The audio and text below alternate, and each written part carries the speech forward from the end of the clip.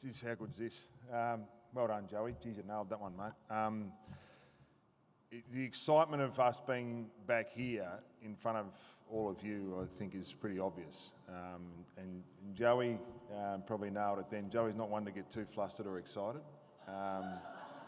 But you can see it just dripping out of him, can't you?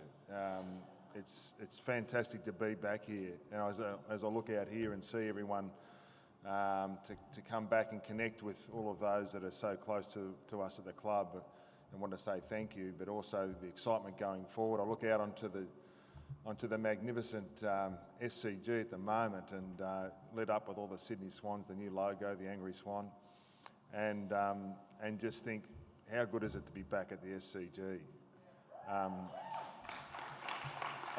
One of the things I was thinking about when I came here, it's almost 12 months to the day that when we went to Adelaide, and we had that fantastic win over in Adelaide, and I couldn't help but think, that was the start of something quite different, quite a unique journey that we went on, and I couldn't help but think when I was walking in here and I looked to the forward pocket just down here and my mind went back to that Adelaide game, and I'm just so excited to be back here in round 2 and to hopefully see a little bloke, Tom Papley, in his 101st game, kick a goal from the forward pocket like he did in Adelaide, and hopefully have some people to give some high fives to.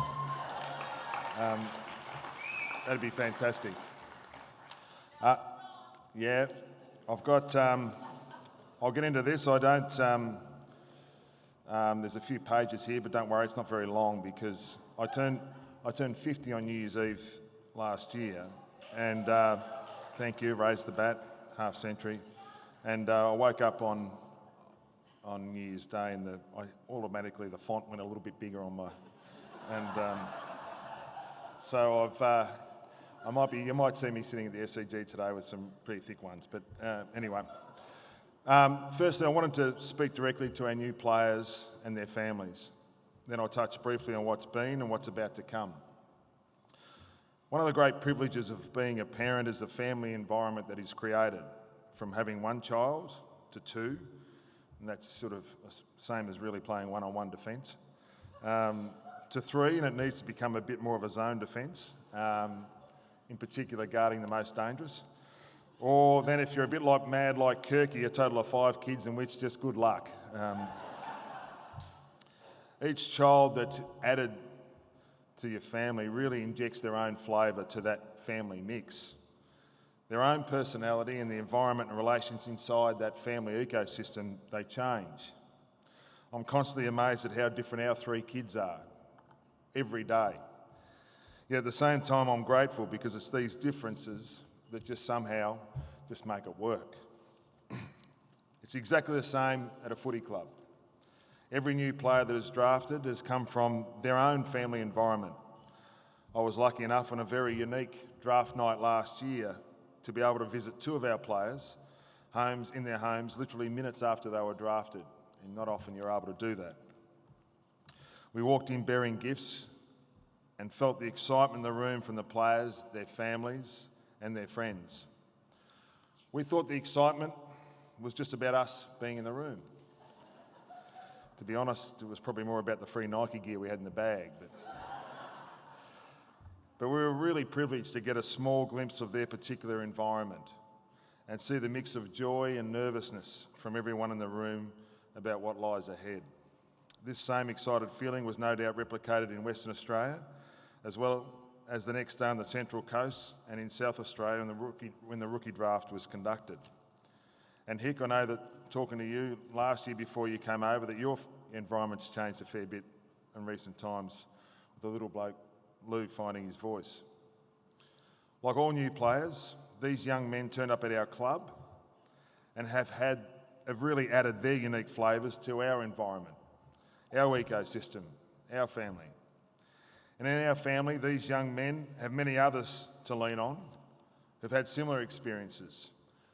And this is why I believe we're so bloody lucky.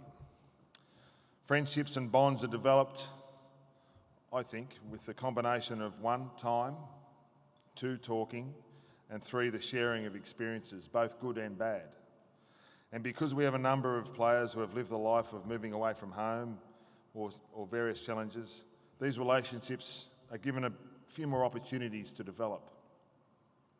Not to mention the opportunities to learn the skills, to cook, clean, and generally look after themselves. And being a father of a few teenagers, I know that's a bit of a challenge. I'm sure a few parents would agree with the benefits that they're starting to learn a few of those skills. As a coach in an AFL club, the privilege is very similar to a parent. You see each one arrive, you watch them grow, they make mistakes, they learn, they are challenged by the game, they get rewarded, and hopefully enjoy everything that an AFL environment entails. Sometimes the lessons of arriving at an AFL club are really obvious, like learning a new position or where to stand at a stoppage, or to enrol in a university course that will provide the best post-career opportunities available. But often the real lessons are a lot more subtle than that, and these are learned over a period of time. These lessons come from just watching or hearing what the best in the business do day in, day out. Lessons like seeing the bloke who wears number 23 and has kicked almost 1,000 goals turn up at 6:30 every morning just to begin his preparation to train. Not just one day, but every day. Or seeing the bloke in the number 24 jumper who has played 170 games watching the behind the goals vision of pre-season training sessions just so that he can keep improving. Or seeing someone like Joey who has done it all in the game get so much of a thrill out of simply seeing the raw joy in the face of his 5-year-old boy with the number 12 on his back as he runs around a training idolising and mimicking his dad. Yeah. That's until he saw Bud and then he started kicking left foot.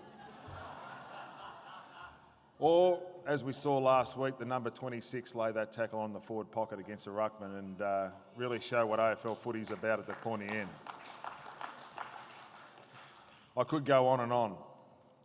So to the young fellas, just beginning like Logan, Braden, Errol, Mark, Mel, please keep a couple of things in mind. Bring what you do and who you are to the forefront every day and keep your eyes and your ears open. There are learning opportunities everywhere. Hick, I'm sure you're still learning and I'm sure you're still teaching as well, which we're very fortunate to have. And to the families of our new players, we welcome your family to the red and white family. It was great to be able to catch up with you all today. Strap yourselves in, guys. Strap yourselves in for the ride of your life. Your role in being a confidant for the players is critical to help them navigate whatever lies ahead. Who knows where it goes from here? And finally, and I just wanted to touch on this, a word of gratitude and hope. Gratitude for the game that was able to continue last year and for the hope of the year ahead. As supporters, I'm sure you all have hope, as we do also inside the club. However, we are in the extremely fortunate position of being able to not just hope. In the words of the late, great John Kennedy Sr., starting from the first siren in just 10 days' time, we can just do. Thank you and good evening. Thank you.